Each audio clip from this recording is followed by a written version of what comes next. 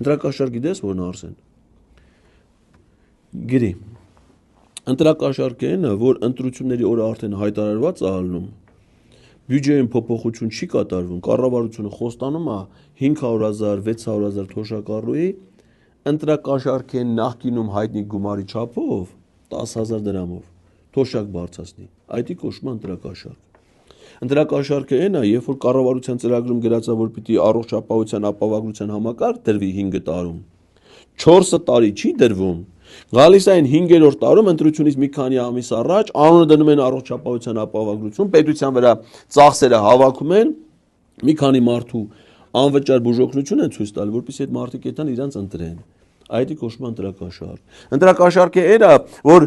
կառավարությունը ծրագրում գրում է, որ պիտի 300 դպրոց, 500 մանկապարտեզ կառուցի, 5 տարին ասնում է 5 հատը չի կառուցում, գալիս է վերջին տարում, սկսում է